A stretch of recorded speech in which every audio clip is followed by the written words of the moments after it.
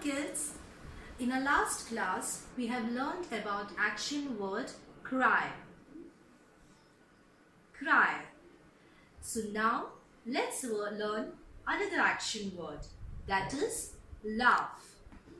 Laugh. Just do it with me.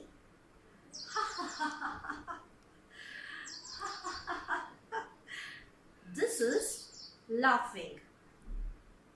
You open your mouth, show your teeth, and make a noise. Laugh. Everyone likes to laugh, right? So laugh along with me.